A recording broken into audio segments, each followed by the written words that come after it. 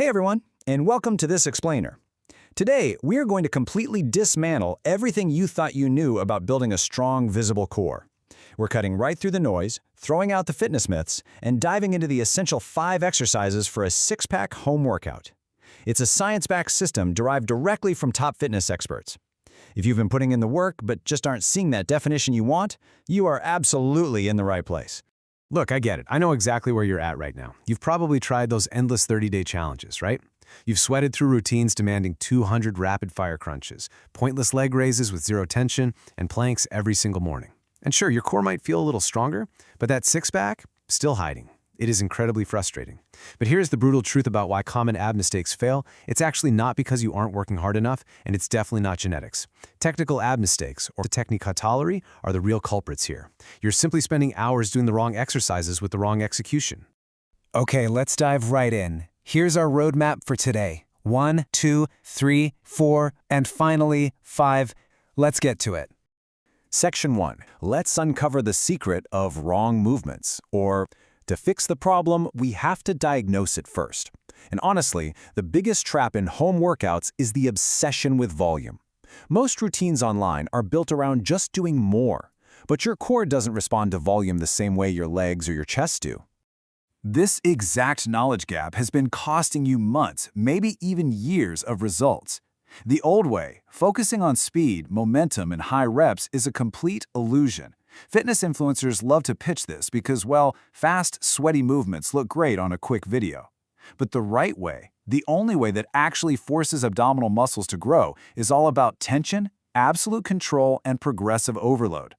Moving to Section 2. To fix our routines, we need to understand exactly how ab muscles work. Before we get into what to do, we're going to master the correct techniques so you actually understand the why. The absolute most critical concept for proper technique is time under tension, or TUT for short. This is exactly how long a muscle is held under continuous strain during an exercise. Because your core acts primarily as a stabilizer for your spine, it requires sustained tension and a highly controlled range of motion to stimulate deep muscle fiber development. Rushing through your reps, that completely destroys your time under tension. I want this golden rule to really sink in. Burn doesn't equal growth. Tension does. We've all been conditioned to chase that burn, right? We think if our stomach is on fire, we must be building muscle. But a fast, sloppy crunch might burn just because of lactic acid buildup, not because you're actually applying mechanical tension. We need deliberate, calculated control. All right, Section 3. With that mindset shift out of the way, we're introducing the ultimate antidote to all those ineffective routines. We're talking 5 exercises for 3 times the power. You don't need 20 different moves, and you definitely don't need fancy equipment. What's really fascinating is how these 5 specific moves form a complete, scientifically balanced system. Let's map out the anatomical zones. The hollow body hold targets those deep stabilizers. Reverse crunches hit the notoriously stubborn lower abs. Bicycle crunches light up the obliques. Rollouts handle full-range anti-extension, and weighted crunches take care of the upper abs through spinal flexion. It's basically a perfect blueprint. Let's break them down. Exercise 1 is the hollow body hold. You lie flat on your back, press your lower back firmly into the floor, and lift your legs and shoulders just slightly to form a C shape.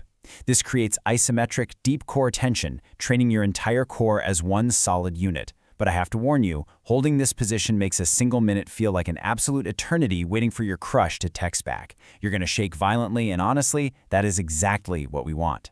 Exercise 2 targets the lower abs through reverse crunches and controlled leg raises. The lower portion of your core responds best when you bring your hips toward your ribcage.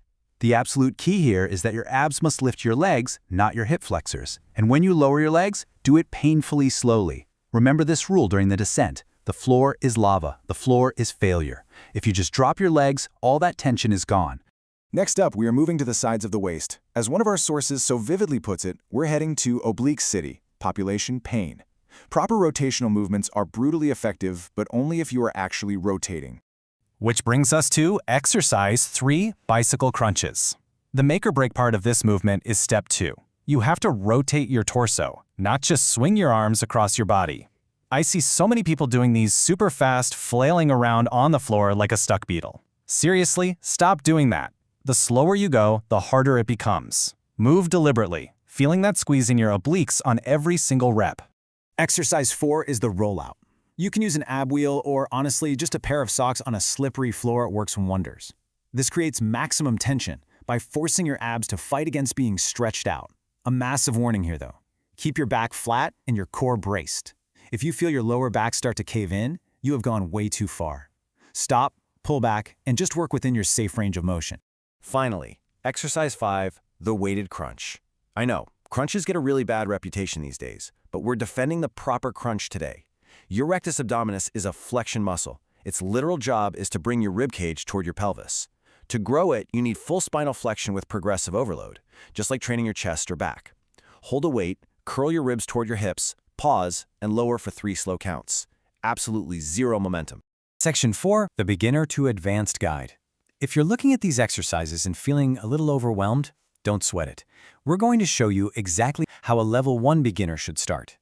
Listen, every single person with a great physique started exactly where you are right now, on the floor with no equipment. In week 1, you modify. Bend your knees during the hollow body hold, use strictly body weight. By week 3, you progress to full leg extensions and longer holds. And by week 6, you start introducing physical weights and resistance bands. Systematic progression over these weeks is the undisputed secret to a letter or advanced muscle tightening. Through every single phase of this timeline, you need to keep this mechanical golden rule burned into your brain. Form is greater than speed. Momentum steals your gains. Absolute control, along with exhaling properly during the effort, is what forces your core muscles to adapt. The slower you go, the harder your abs must work. Which leads us to Section 5, why fat burning is absolutely required. It's time for a harsh reality check. We just covered the ultimate core building system, but none of it will matter visually if a thick layer of fat is covering your results. And getting lean, it isn't just about the gym. Think about the number 8. That represents the 8 hours of sleep you absolutely need nightly to recover properly. Your overall lifestyle habits, stress management, sleep, hydration, are directly linked to whether or not you will ever see visible muscle. If your body is stressed out and under-recovered, it's just going to stubbornly hold on to fat. So, the crucial point really comes down to the kitchen rules. You literally cannot out-train a bad diet. It is an undeniable biological fact that a caloric deficit is required to shed that layer of fat.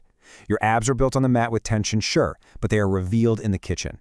Hydration and clean eating aren't just polite suggestions, they are entirely non-negotiable. Which brings us to this number right here, 30. I want you to commit to this specific 5-exercise routine combined with clean eating for 30 days. No program hopping, no searching for magic supplements, just pure consistency, patience, and applying mechanical tension week after week. I'm going to leave you with this final, provocative question to ponder. Are you putting the work in the kitchen or just on the mat?